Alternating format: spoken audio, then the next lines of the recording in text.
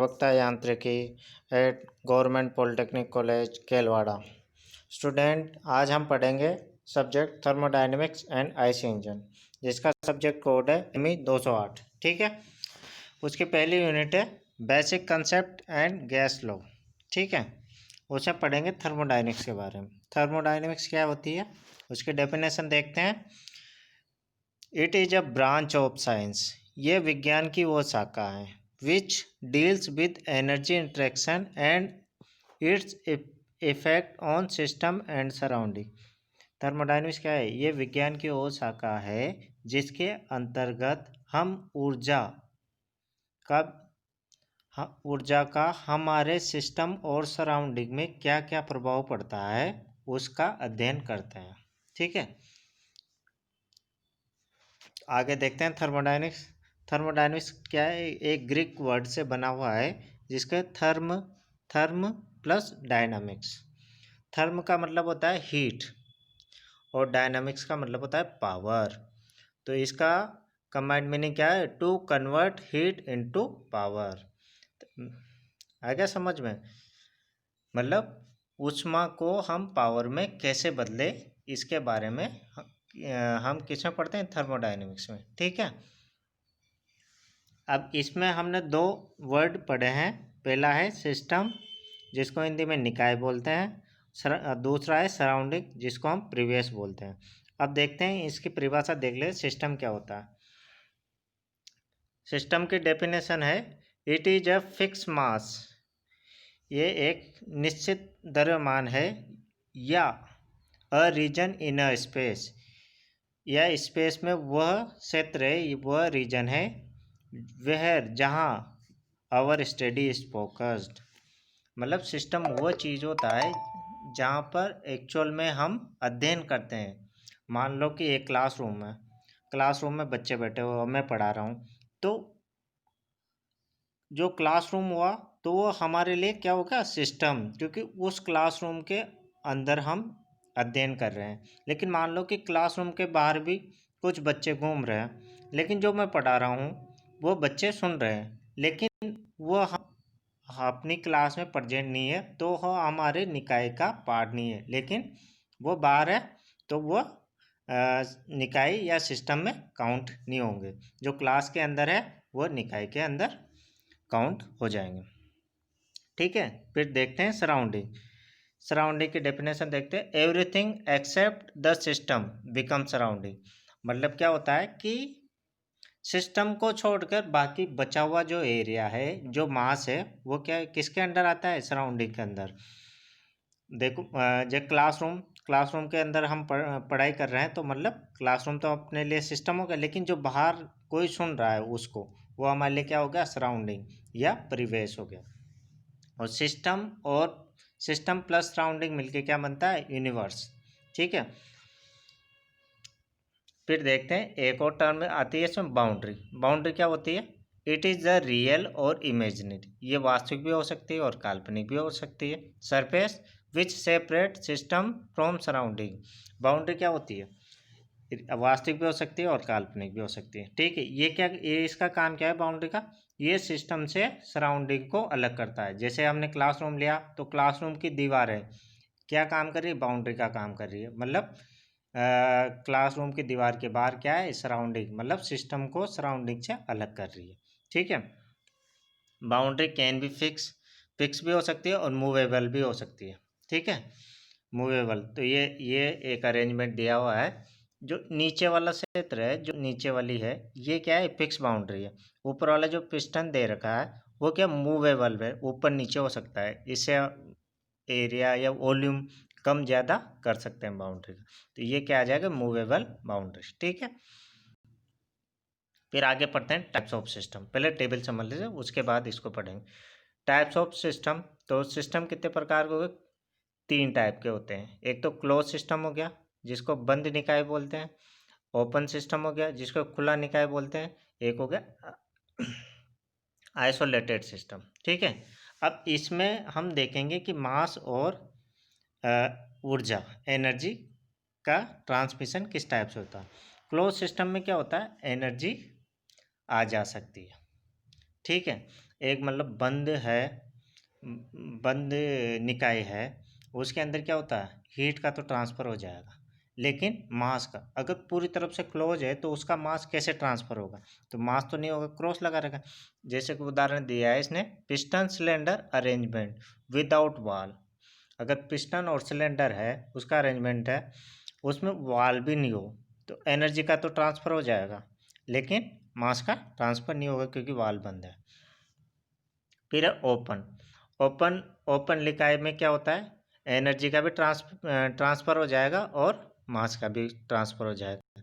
इसमें क्या हो जाएगा, पिस्टन सिलेंडर अरेंजमेंट विद वाल, वाल भी लगे होने चाहिए, तभी तो फ्यूल अंदर आएगा मास के रूप में। ठीक है। फिर अगला क्या है, आइसोलेटेड सिस्टम। आइसोलेटेड सिस्टम में न तो एनर्जी का ट्रांसफ़र होगा, न ही मास का ट्रांसफ़र होगा। ठीक है। तो इसमें क्या आएगा, यूनिवर्स मतलब ब्रह्मांड, ब्रह्मांड आ गया इसमें, या थर्मोप्लास या थर्मस। थर्मस देखा होगा, थर्मस में जो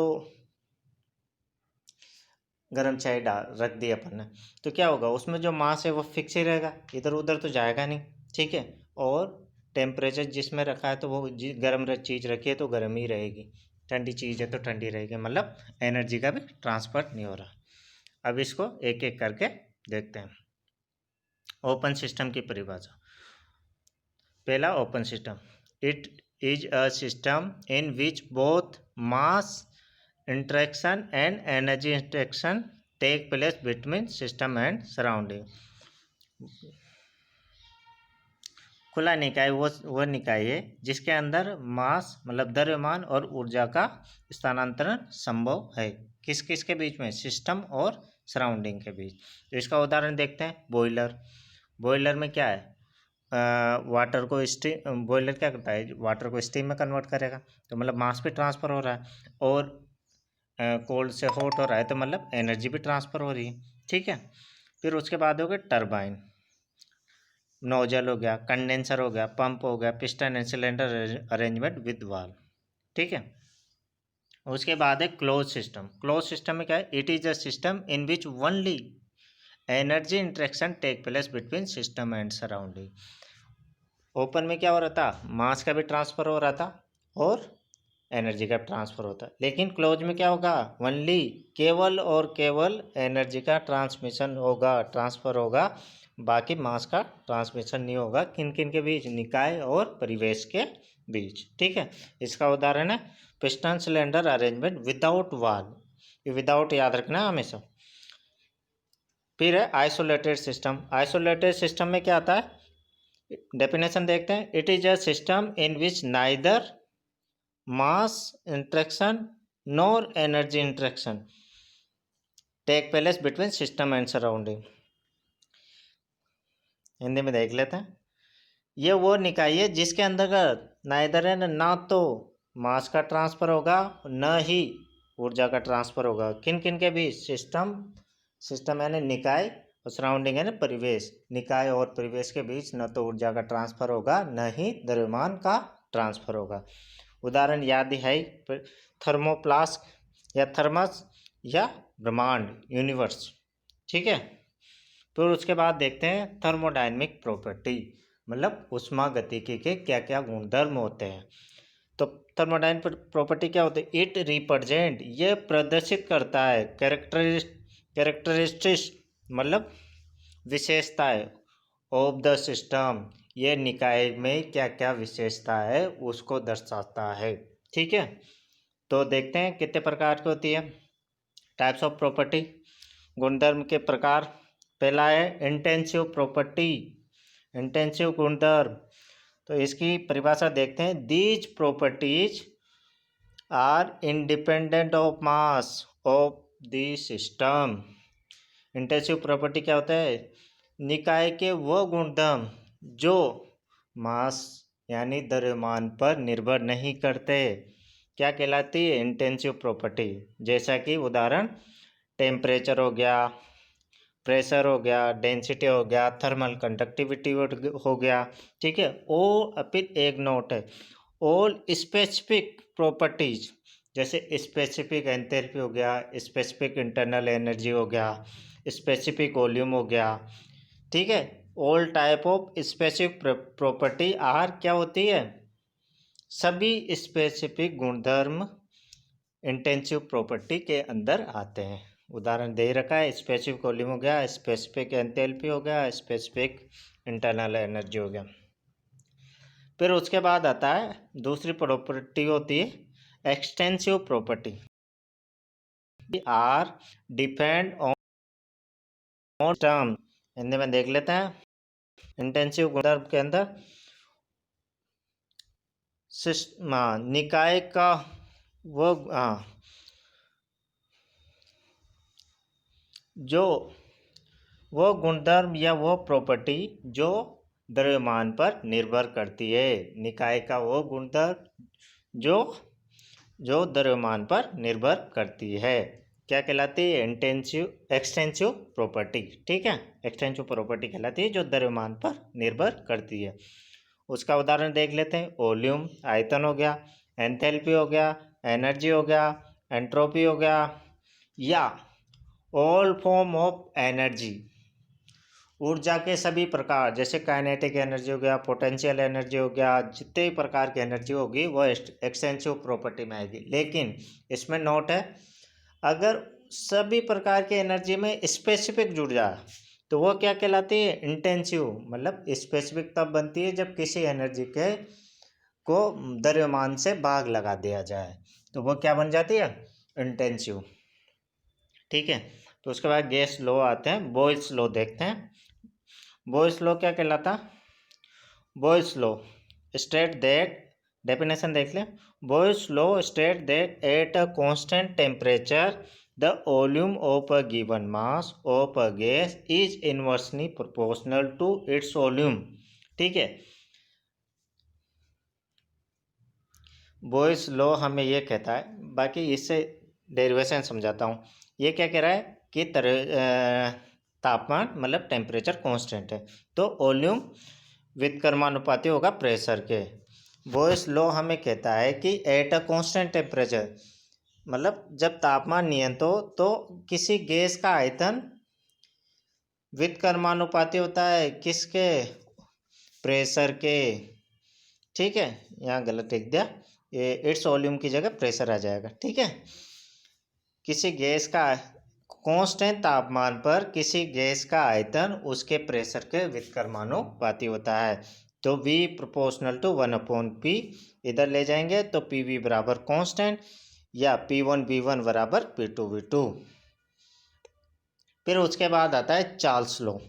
चार्ल्स लॉ क्या कहता है, Charles law state that at a constant pressure the temperature of a gas is directly proportional to its volume. Charles law कह रहा है कि कांस्टेंट प्रेशर पर किसी गैस का तापमान डायरेक्टली समानुपाती होता है उसके वॉल्यूम के, मतलब P बराबर कांस्टेंट तो V समानुपाती हो गया T, तो V/T बराबर कांस्टेंट, तो एक रेशो बन जाएगा V1/T1 बराबर V2/T2। फिर लास्ट आ गया जूल्स लॉ। जूल्स लॉ क्या थे, Joule's law state that amount of work done by a system is directly proportional to amount of heat energy produce by it, ठीक है। ये कह रहा है कि किसी सिस्टम के अंदर जो वर्क डन प्राप्त हो रहा है वो किसके समानुपाती है, वो सिस्टम के अंदर जो हीट प्राप्त हो रही है उसके समानुपाती होता है। वर्क डन समानुपाती हीट, तो वर्क डन मतलब वर्क डन W समानुपाती H, प्रोपोर्शनल हटेगा, समानुपाती चिन्ह हटेगा तो कांस्टेंट आ जाएगा W बराबर JH। J क्या होता है, जूल कांस्टेंट, तो J equal to work done बटा हीट एनर्जी। जूल की डेफिनेशन देखते हैं, it is defined as ratio of work done to its heat energy produce. जो जूल कांस्टेंट की डेफिनेशन क्या हुई, ये अनुपात है किसका, वर्क डन बटा हीट एनर्जी का। तो 1 कैलोरी बराबर 4.2 जूल होता है, तो 1 जूल बराबर क्या आ जाएगा, वह 1/4.2 कैलोरी, ठीक है। आई होप समझ में आया होगा। थैंक